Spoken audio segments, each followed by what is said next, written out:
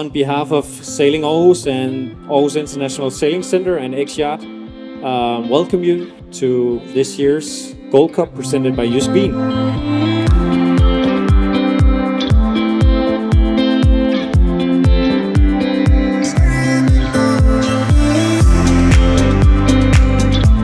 Yesterday evening we had a great opening ceremony dinner.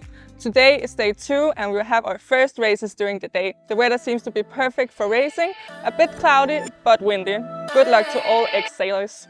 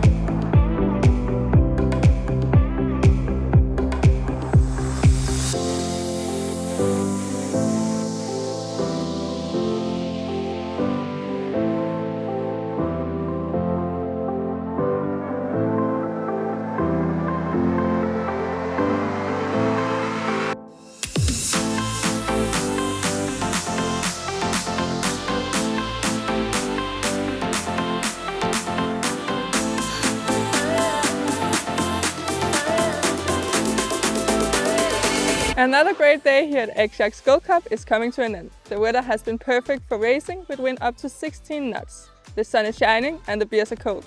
We look forward to tonight's dinner and prize giving.